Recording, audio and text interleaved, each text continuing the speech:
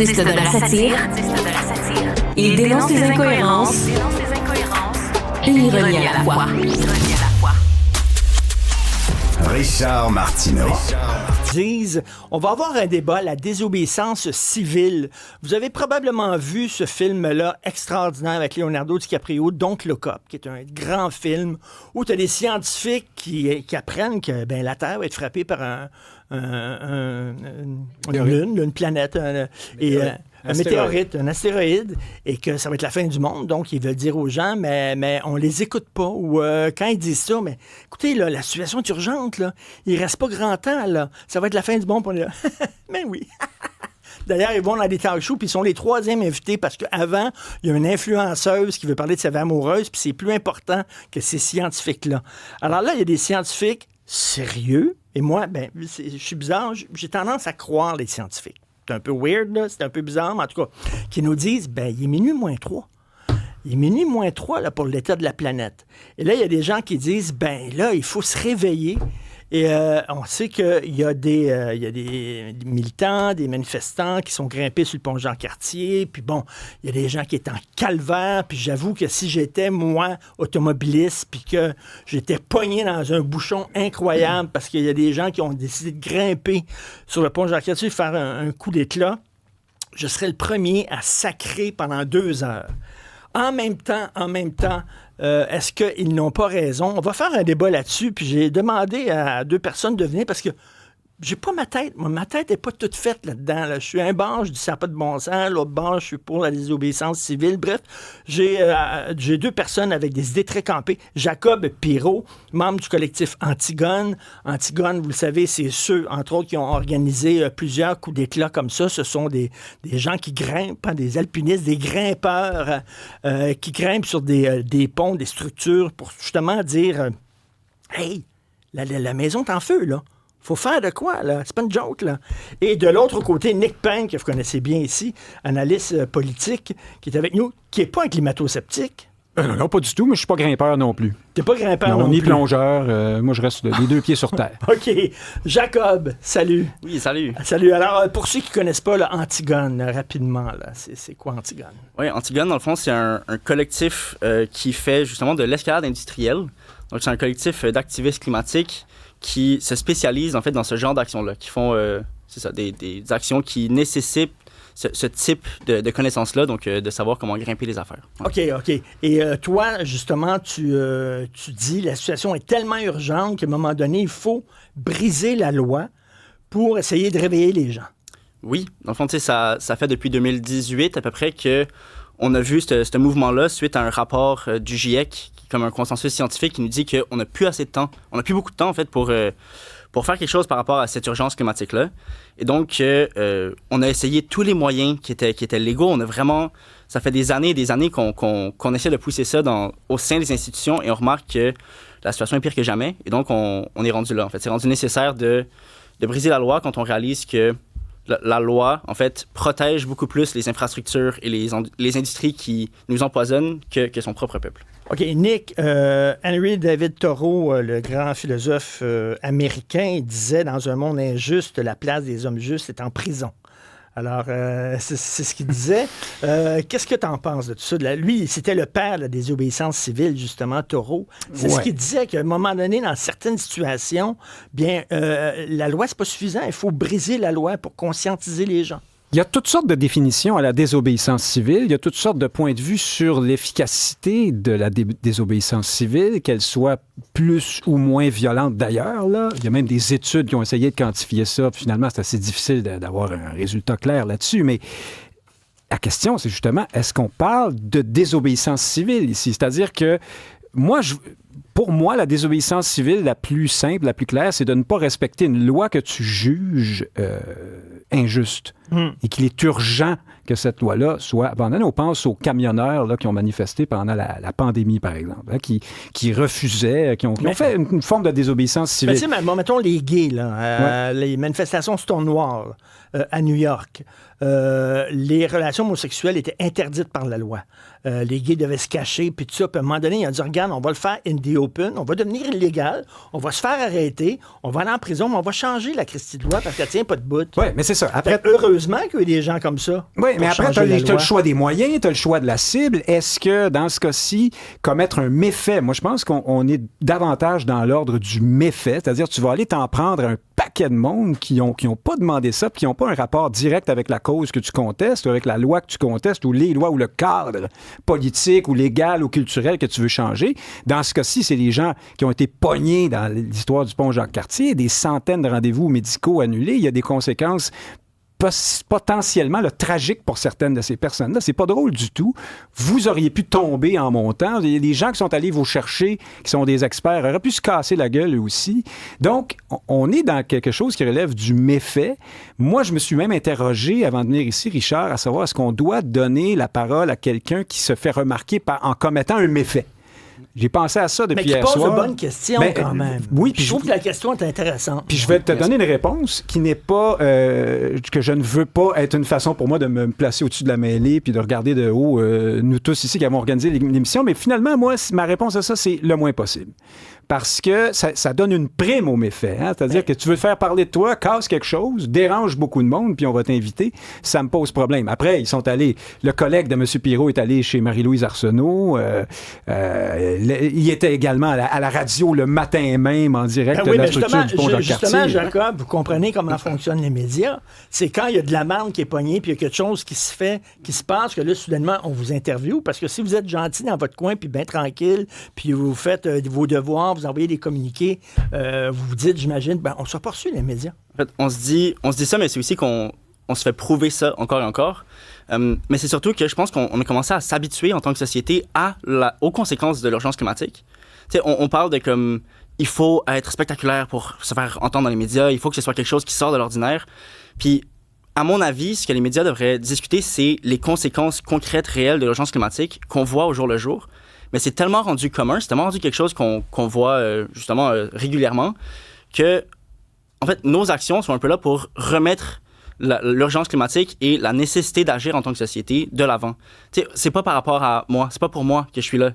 J'avais vraiment pas le goût d'aller en prison, j'ai vraiment pas le goût d'être en procès pour mes faits, justement, mes faits, c'est vraiment juste empêcher la jouissance d'un bien légitime. C'est vraiment juste la définition légale. Je l'ai entendu souvent, cette définition-là, dans les dernières semaines. J'imagine que vous connaissez ça mieux que moi, mais... On apprend avec le temps, mais tu sais, c'est vraiment ça. En fait, c'est de s'assurer que cette crise-là, qui ne peut pas se faire oublier que c'est nécessaire qu'en tant que société, on n'oublie pas cette urgence-là. Les accusations qui pèsent contre vous, c'est quoi? En fait, c'est méfait, c'est entrave au travail du policier. Donc, c'est vraiment juste au moment où la police nous a dit de descendre, on n'a pas descendu. Et donc, c'est vraiment ces deux-là les principales. On vous empêche pas de parler aux médias, là? En fait, ça fait partie des conditions de libération. Parce que c'est une autre histoire, mais on s'est fait mettre en prison comme étant des menaces à la société et des enjeux liés à la réputation de la Cour. C'était un peu ça les arguments pour nous garder en prison. Et les libérations les conditions de libération qu'on m'avait données à moi personnellement, c'était entre autres de ne pas pouvoir parler aux médias, de ne pas pouvoir être plus que 3 personnes en public et d'avoir un couvre-feu en fait de 11h du soir à 7h du matin. Donc, c'était les conditions qui m'ont permis de sortir, en fait, de prison. Je reviens sur ce que Nick disait, là. Vous le savez que vous n'êtes pas bête, là. Vous êtes visiblement intelligent et vous le savez que, en faisant ce genre de coup-là, il y a peut-être quelqu'un qui était sur la Rive-Sud, qui avait un rendez-vous médical dans une clinique à Montréal, puis qui n'a pas pu y aller, puis que pour cette personne-là, c'était urgent, c'était important. Documenté, là, des centaines de personnes. Alors, vous dites quoi à ça? C'est ça, c'est vraiment quelque chose qui... Pour moi, je prends pas ça à la légère. Tu sais, justement, merci du compliment. Mais je prends pas ça à la légère. Tu sais, c'est pas quelque chose qu'on se dit qu'on a envie de faire. Il y a personne qui monte sur un pont ou qui bloque un pipeline qui se dit « Moi, c'est vraiment mon trip. J'ai vraiment le goût d'aller là ce matin. » Mais ce qu'on remarque, en fait, c'est que en termes de santé de la population, on sait que la deuxième cause la plus importante des cancers du poumon, c'est la pollution atmosphérique. Ce qu'on sait, c'est que la destruction environnementale actuelle la tabagie, c'est le premier. La tabagie, c'est le premier. Moi, la j'ai déjà vu des écolos qui me parlent contre la pollution en fumant une cigarette. Moi, je trouve ça hallucinant, là, vraiment. En gros, c'est juste de dire que ce pourquoi on se bat, c'est vraiment nécessaire que ce soit pris au sérieux. Puis ce qu'on voit, c'est que nos gouvernements, actuellement, puis on l'a vu avec la COP29 qui vient d'arrêter, attendez, que parce que le gouvernement ne prend pas ça au sérieux en ce moment. Là, vous avez la même réaction que votre comparse Huard, qui était à Radio-Canada récemment, lorsqu'on lui a posé la même question. Il y a des gens qui n'ont pas pu aller à des rendez-vous médicaux très importants pour des problèmes de santé graves à cause de vous. Il a eu, comme vous, une réaction qui est celle d'un cyborg. C'est une réaction froide. Oui, mais mon idéologie, point par point, voici, l'environnement, c'est grave, pas une idéologie, ça va mal. Par contre, c'est un consensus scientifique qui nous pousse à agir. Le consensus scientifique, c'est pas d'aller bloquer les ponts pour écœurer le monde ordinaire puis les mettre en danger. Les scientifiques, de vous plus en plus, aller commencent vous à faire attacher après un bateau. Mais je sais pas. les scientifiques disent, écoute, la situation est telle qu'il va y avoir plusieurs morts à cause de la pollution à un moment donné. Là.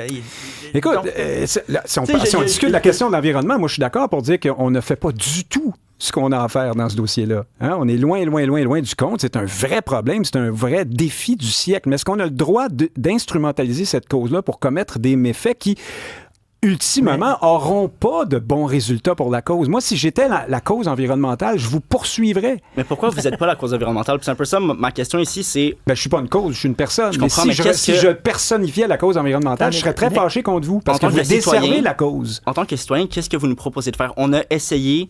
Impliquez-vous. C'est pas vrai, vous êtes tout jeune, impliquez-vous en politique. Moi, si vous avez du talent et vous êtes capable de vous faire mais entendre, il y a des gens qui travaillent pendant des années pour établir une crédibilité, gagner leur espace dans le débat public. Il y a des gens qui Jacob, vous bloquez le pont. Il y a des partis verts, il y a Québec solidaire, mettons, etc. Pourquoi vous impliquez pas? Parce que vous avez de l'énergie, puis tout ça. Vous avez même quitté vos études et vous faites ça à temps plein. Là. Vous êtes un activiste à temps plein, comme quoi vous prenez ça au sérieux. C'est le survivre à temps plein. Vous impliquez pas dans des partis comme ça qui veulent changer de l'intérieur, pour essayer de sensibiliser les gens, faire du porte-à-porte, leur parler de ça. Ça serait peut-être pas mal plus efficace que de bloquer un pont. Que des écœurés. Moi, j'ai commencé en 2018-2019 mon militantisme à 18-19 ans. Je suis en 2000. En faisant justement partie de la génération qui a mobilisé pour cette fameuse manifestation de 500 000 personnes dans les rues, on s'en souvient. Ce qu'on a vu par la suite, c'est l'ignorement total de la part de nos institutions par rapport à une demande populaire, une demande qu'une démocratie aurait dû entendre. Puis là, ce qu'on voit, c'est que j'en ai fait du porte-à-porte. Là. J'ai fait, je pense, des centaines d'heures de mobilisation terrain, aller parler avec les gens. Ce qu'on voit, c'est que les gens sont d'accord avec nous. La majorité des gens sont d'accord avec ce qu'on fait. Pas pour bloquer le pont. Pas nécessairement pour bloquer un pont. Pour se faire écœurer et mettre en danger parfois. Ce que les gens... Puis c'est ça. Ce qu'on voit en ce moment, c'est vraiment un moment où la population perd foi en son gouvernement parce que son gouvernement priorise le profit des entreprises plutôt que la vie personnelle. Excusez-moi, Jacob, là, vous dites que les gens sont d'accord avec vous. S'ils étaient d'accord avec vous, ils voteraient pour le Parti vert. Ils ne votent pas pour le Parti vert. Aucun parti, présentement, est en mesure de répondre adéquatement à l'urgence climatique. Nous, ce qu'on demande, c'est une gouvernance environnementale qui est à la hauteur de la crise.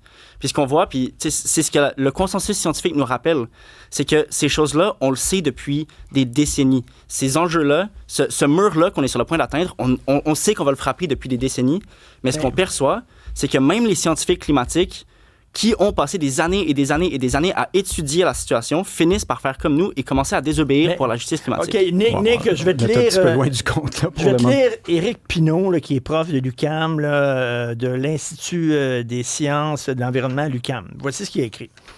Compte tenu de l'ampleur de la crise et de la réponse anémique de nos gouvernements, la question n'est pas de savoir si les accusés d'Antigone ont enfreint la loi.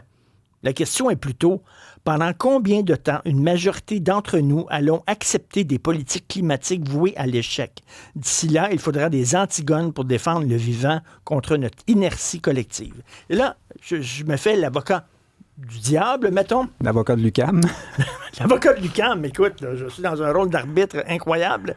Tu sais, mettons, une nouvelle fait la page 1. Après ça, tu sais comment ça fonctionne, les médias, la page 5. Après ça, c'est la page 15. Puis après ça, c'est comme un entrefilet à la page 25.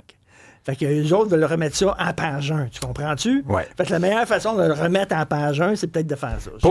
Pour avoir sa face à la page 1, ça marche. Pour faire avancer la cause, est-ce que ça marche? Poser la question, c'est y répondre. Ça ne marchera pas. La cause environnementale, et vous en êtes l'incarnation, est entre mauvaises mains. depuis longtemps. Et là, c'est la faute de nos gouvernants, effectivement, qui la laissent entre les mains de ce genre de militants-là. Tu as parlé du Parti vert.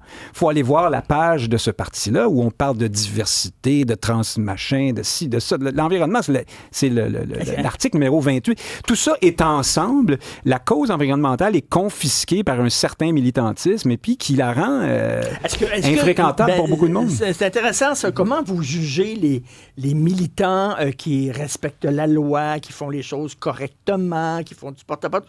Est-ce que vous dites, non, on n'est plus rendu là?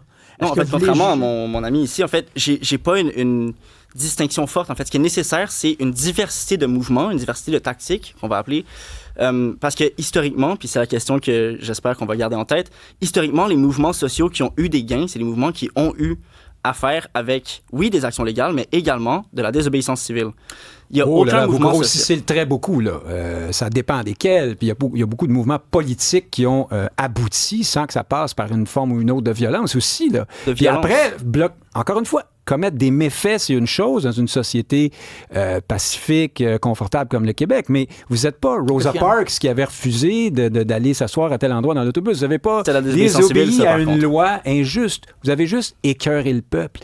Et ça marche pas, ça. Moi, c'est parce que je parle en pensant à ceux qui nous écoutent, dont plusieurs étaient probablement sur le pont, là.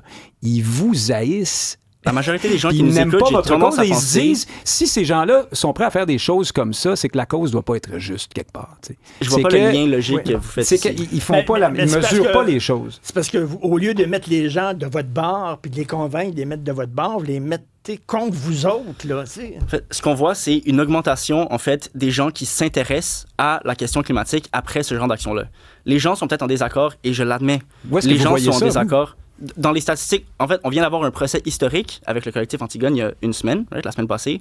Et ce qu'on a perçu, c'est qu'on a eu des témoins experts qui nous sont venus pour nous expliquer spécifiquement l'enjeu historique lié à la désobéissance civile et la nécessité de ce type de tactique-là dans les changements sociaux qui sont, en fait, qui vont un peu à l'encontre de ce qui est avantageux pour le pouvoir actuel en place. Mais Jacob, je vous pose une question là, c'est peut-être un piège, j'ai hâte d'avoir votre réponse. Mettons les militants anti-avortement.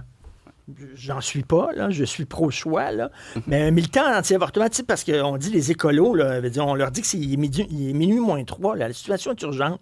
Mais un militant anti-avortement se dit on est en train de tuer des bébés, là. C'est ça qu'ils se disent. Est-ce que ces gens-là devraient adopter votre désobéissance civile puis faire des coups d'éclat aussi? Parce que ils défendent une cause importante à leurs yeux, à eux autres, à leurs yeux, là. C'est-à-dire que des enfants ont le droit de vivre. En fait, je pense que c'est ça la distinction qu'on doit faire dans la différence entre en fait l'urgence climatique et les luttes de ce type-là, c'est que l'urgence climatique, c'est pas à mes yeux. C'est pas moi, 24 ans, Jacob, qui a lâché l'école, qui décide que l'urgence climatique, c'est sérieux. En fait, ce qu'on perçoit, c'est qu'il y a un consensus scientifique depuis des années. Il y a un consensus scientifique, même de la part des entreprises pétrolières qui acceptent et qui assument que c'est un enjeu.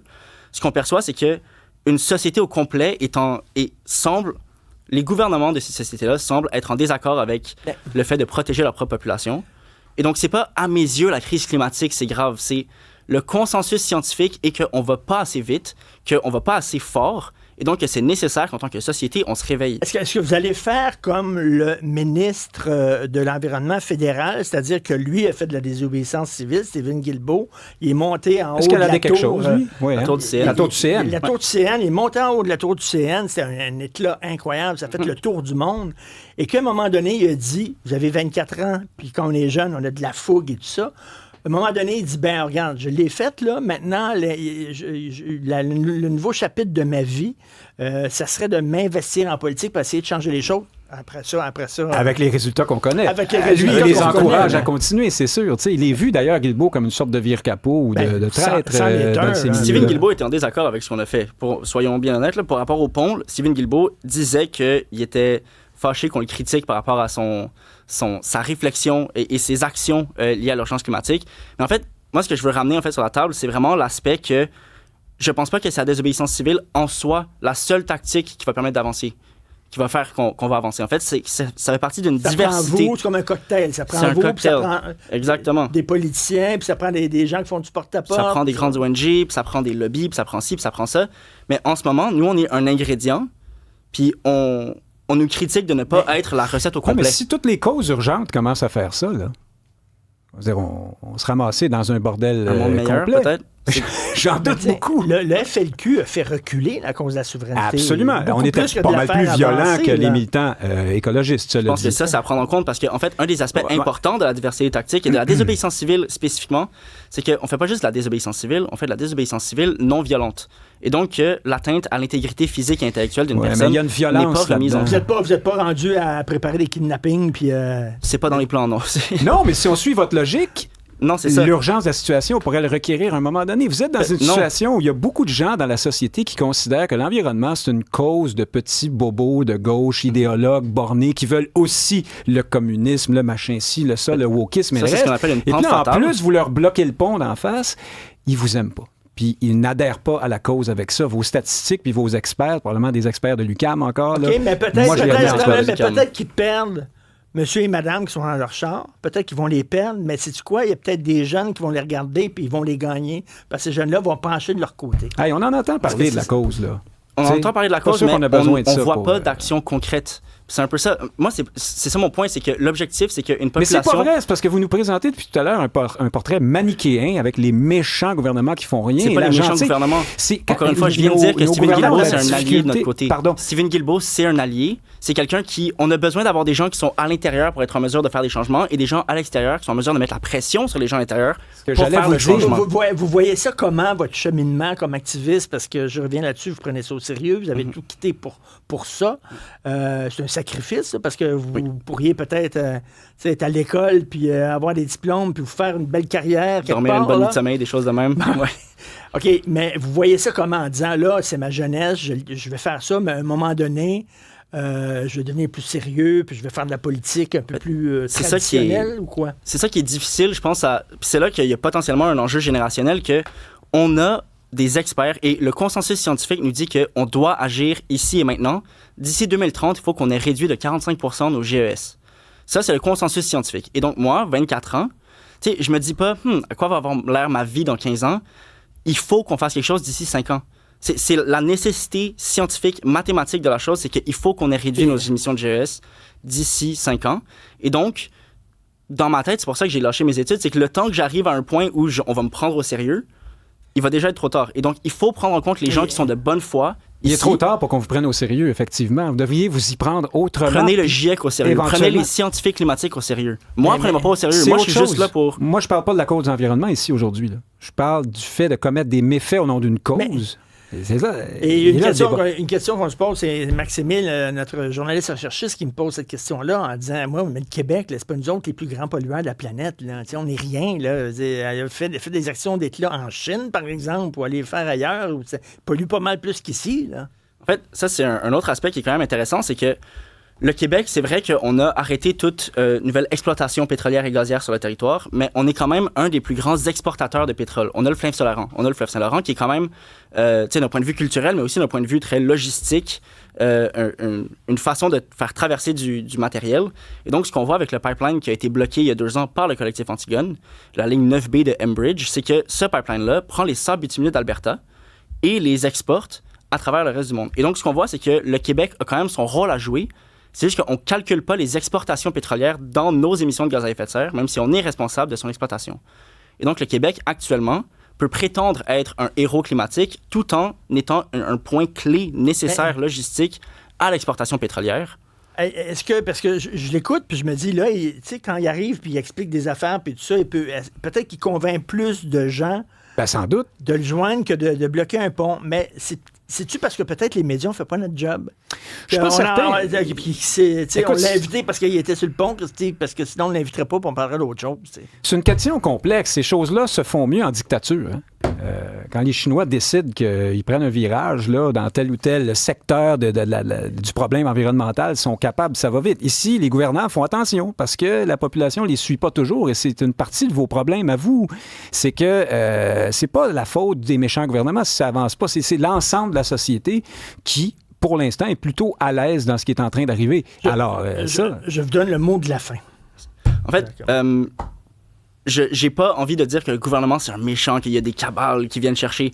Ce que je réalise, c'est qu'on est dans un système qui, en ce moment, nécessite d'avoir des gens de bonne foi dans les médias, d'avoir des gens de bonne foi au sein du gouvernement, et que la population puisse être en mesure de travailler avec ce gouvernement-là pour pousser les politiques qui sont nécessaires. Ces politiques-là se doivent d'être vues comme étant les politiques en soi. La tactique, et j'aurais tendance à être en accord, en fait, avec le fait que les médias, potentiellement, auraient du travail à faire par rapport à l'urgence climatique, parce que c'est nécessaire qu'on comprenne qu'il faut en parler à tous les jours, et on n'aurait pas besoin, si les urgences climatiques étaient mises de l'avant constamment dans les médias, si on s'en rappelait, j'aurais pas besoin de bloquer un pense qu'on en parle beaucoup. Si tu étais plus jeune, est-ce que ça toucherait plus? Parce que non, alors, c'est justement, toi qui serais pogné à vivre avec cette planète-là. Ça, c'est un autre problème. C'est pas moi, là, tu sais, dans quelques années, je serai plus là. Non, je suis pas d'accord avec ce que tu dis. Je pense que, justement, le surgissement de ce genre d'action-là est le fruit d'une société très, très âgiste, qui dit à la jeunesse beaucoup, vous êtes pur, vous avez raison, c'est vous notre avenir, vous voyez clair. Nous, on est des vieilles crapules, des vieux déchets un peu flétris qui comprennent rien, puis comme on n'a pas d'avenir devant nous, ben on s'en sac, puis on roule dans notre SUV, puis tout ça est du pipeau. Tu penses que la moyenne des scientifiques climatiques, c'est 15 ans d'âge? Non, c'est des gens qui justement, sont très permettez-moi âgés. de terminer. Quand on est jeune, on a la fougue, mais parfois, on manque de perspective, on manque de recul. Puis moi, je vous souhaite d'aller réfléchir à votre affaire dans votre cellule, parce que ça risque de vous arriver, puis parce que vous êtes un jeune brillant, puis vous pourriez avoir une action positive au lieu de commettre des gestes qui auraient pu avoir des conséquences extrêmement graves. Je vous invite à lire le rapport du GIEC pour la prochaine fois que vous allez discuter un cyborg. de ça. Tu vois, un cyborg. L'idéologie pure. Pas d'émotion. Merci à vous deux. En tout cas, c'était un débat intéressant, une confrontation d'idées. Comme les librairies devraient en organiser, Christy, avec des gens qui ne sont pas d'accord, mais je suis sûr qu'en nous écoutant, vous avez appris des affaires, ça a confirmé peut-être vos biais. En tout cas, Jacob Pirot, quelque chose me dit qu'on va réentendre parler de vous, membre du collectif Antigone. Merci. Nick Payne, toi aussi, on va entendre parler de toi. Analyste politique. J'ai acheté mon kit d'alpiniste, regarde-moi bien. On donne des formations au besoin. Salut à vous deux. On va aller porter des oranges en dedans.